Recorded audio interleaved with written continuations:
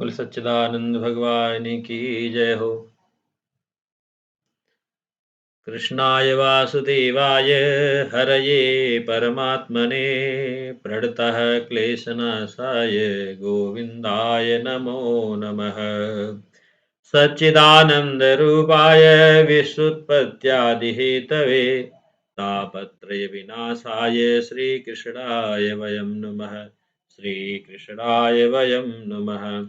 परम मंगलमय परात्पर पारब्रह्म परमेश्वर अखिलेश्वर अकारण करुणा करने वाले भक्त वांछा कल्पतर नंद नंदन पीताम्बरधारी भगवान श्री कृष्ण के चरणों में कोटि साष्टांग प्रणाम करते हुए मित्रों, आज गुरु चरण से गुरु उपदेश से जो ज्ञान प्राप्त है मित्रों, जो श्रृंखला उपदेशों की प्राप्त है, उसमें से संकीर्तन में अंतः क्रिया कैसे और क्या रहनी चाहिए, इस बिंदु पर मैं अपनी वाणी रूपी पुष्प भगवान श्री कृष्ण के चरणों में अर्पित करता हूँ मित्रों, और आपसे विनम्र निवेदन करता हूँ, संकीर्तन में अंतः क्रिया क्या कैसे करनी चाहिए, इस बात को देखते हैं मित्रों। कीर्तन की प्रथम आवश्यकता मित्रों गहरी भक्ति है, परम प्रेम है। हमें अपने इष्ट से, राम से, कृष्ण से, ईश्वर से तल्लीनता प्राप्त करने की गहरी उत्कंठा, भारी प्यास, बड़ी तालाबेली, अति मानसिक पीड़ा होनी चाहिए। कीर्तन के साथ साथ हृदय की गहरी पुकार होनी चाहिए, तभी हमारे प्यारे श्री कृष्ण, श्री सीताराम उस कीर्तन में खींचे आते हैं मित्रों। भगवान अर्जुन से श्री कृष्ण से अर्जुन कहते हैं, भगवन प्रियः प्रियायार्हसि देव सोढुम। गीता के 11वें अध्याय के 44वां श्लोक में कह रहे हैं मित्रों, हे देव, जैसे पति अपनी प्रीतमा पत्नी के अपराध को सहन करता है, वैसे ही आप भी मेरे अपराध को सहन करने योग्य हैं। मनुष्य अपने इष्ट को अपना आशिक या मासुक जो चाहे सो मान सकता है। दोनों एक दूसरे का आकर्षण करते हैं। भक्ति का अर्थ ही है परम प्रेम और उनके विस्मरण में परम व्याकुलता। तद विस्मरणे परम व्याकुलता नारद भक्त सूत्र में भी कहा गया है मित्रों। यदि ये गुण नहीं है तो कीर्तन में पूरी सफलता न होगी। यदि उपस्थित हैं तो अकेले बैठकर कीर्तन करने की ध्वनि भी उन तक पहुंच जाएगी जिनमें अभी परम प्रेम और भगवान के विस्मरण में परम व्याकुलता नहीं है। उन्हें उनके लाने का अभ्यास करना चाहिए। बार बार वैसे भावों के अनुभव करने का प्रयत्न करने से वे भाव उपस्थित होने लगेंगे। प्रेम के संकीर्तन से वे शीघ्र ही प्रकट हो जाते हैं और भक्तों को अपना अनुभव देते हैं। मित्रों, संकीर्तन में शामिल होने वाले सदाचारी, उत्साही, श्रद्धायुक्त, एक दूसरे में मित्र भाव वाले हों, शांत और पवित्र हों। यदि एक भी व्यक्ति विरोधी भाव वाला या दोष दृष्टि वाला होगा तो उससे कीर्तन में बाधा आएगी मित्रों। इस कारण कीर्तन रात्रि को सरलता से अच्छा जमता है। दिन में हलचल और चिंताओं के कारण थोड़ी अशांति रहती है।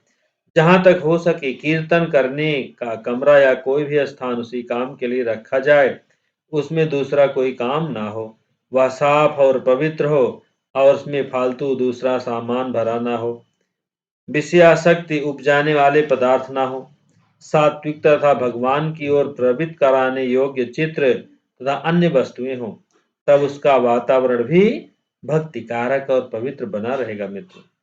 यह दूसरा सामान या विरोधी पदार्थ होंगे तो वे भी अपना प्रभाव डालते रहेंगे और उनसे थोड़ी बाधा भी आती रहेगी मित्रों। सामूहिक नाम संकीर्तन में मित्रों, कीर्तन करने वालों के भाव पवित्र अवश्य होने चाहिए। कीर्तन केवल भगवान को रिझाने के लिए हो, लोगों में वाहवाही लूटने के लिए नहीं। दिखावटी आवेश तो दंभ होता है, उससे सदा बचना चाहिए। कीर्तन करते समय मन में इष्ट देव का ही चिंतन होना चाहिए। कामनी कांचन की स्मृति बिल्कुल ना रहे, न मान पाने की इच्छा हो, तभी संकीर्तन सफल होता है मित्रों। नाम संकीर्तन करने में संगीत की सहायता लेना अच्छी बात है, पर संगीत मधुर और भक्ति से भरा हो। ऐसा भी ना हो कि संगीत में वृत्ति लगने से हम भक्ति और प्रेम को भूल जाएं। भक्ति और प्रेम में संकीर्तन बिना संगीत के भी सिद्ध होता है। संकीर्तन में उन्माद ना होकर पूर्ण शांति, अत्यानंद, पूर्ण प्रेम, भक्ति और परम आत्म संयम बने रहने चाहिए। कभी यह भी पूछा जाता है कि कीर्तन कितनी देर तक करना चाहिए मित्रों।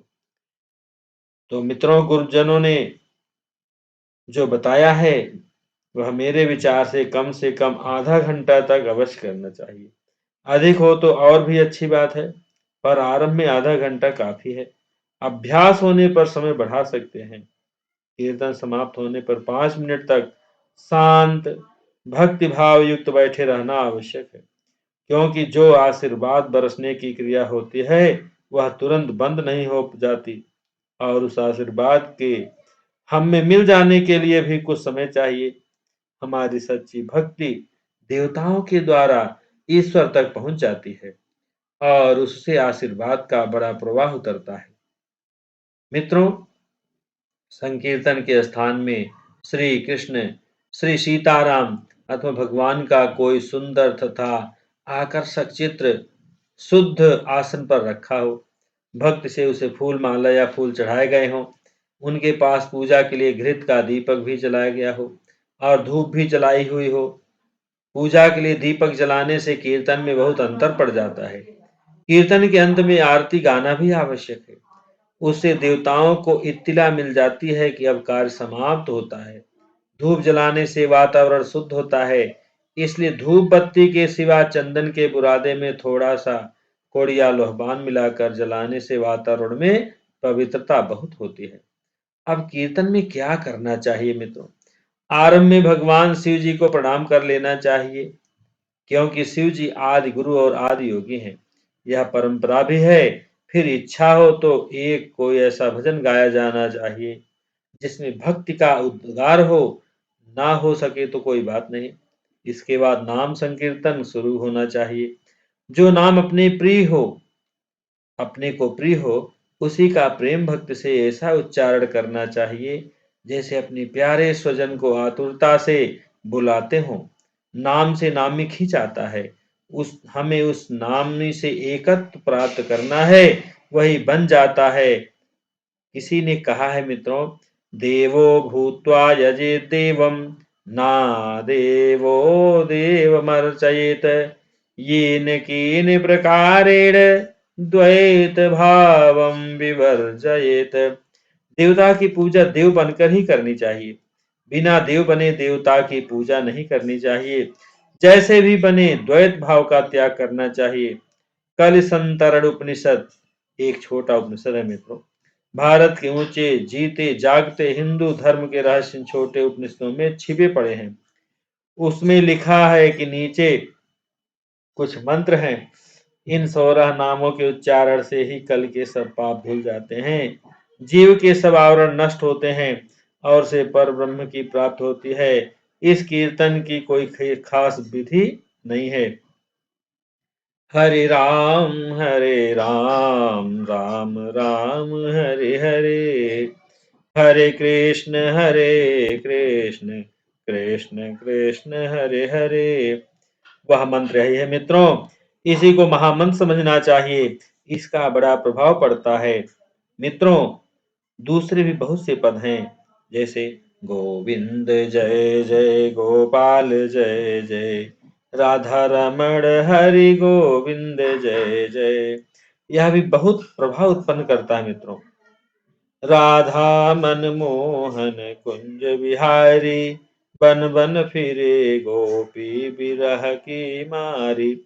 इससे भी अति भक्ति उत्पन्न होती है मित्रों। कीर्तन प्राय श्री राम या श्री कृष्ण का होना चाहिए। सब देवों के गीत गाने में भक्त का उद्गार कम हो जाता है। हाँ, यदि कई लोग एक ही इष्ट की साधना वाले इकट्ठे हुए हों तो वे इस अपने इष्ट का कीर्तन कर सकते हैं मित्रों। पर इष्ट ईश्वर रूप ही हो। भगवत गीता का यह श्लोक सदैव याद रखें। देवान देव यजो यान्ति मद्भक्ता यान्ति मामपि। बहुत से लोग कीर्तन करते करते रुक जाते हैं, बीच में बोल उठते हैं, बोलो कृष्ण भगवान की जय। इसमें भक्ति का प्रवाह टूट जाता है। इसलिए जितने काल कीर्तन करना हो, बराबर कीर्तन जारी रखना चाहिए। कीर्तन समाप्त होने तक किसी को बीच से उठकर चले ना जाना चाहिए। संकीर्तन के बीच से उठकर चले जाने से आशीर्वाद की क्रिया में बाधा पड़ती है। और उस पार वाले व्यक्ति से पसंद नहीं करते। ऐसे कीर्तन करने में कभी-कभी कोई-कोई लोग शरीर से निकल जाते हैं। छोटे बालकों पर कीर्तन का बड़ा असर होता है। वे उस पार जाकर श्री कृष्ण भगवान के साथ खेलते हैं। जो बातचीत होती है उनका शरीर बोलता जाता है।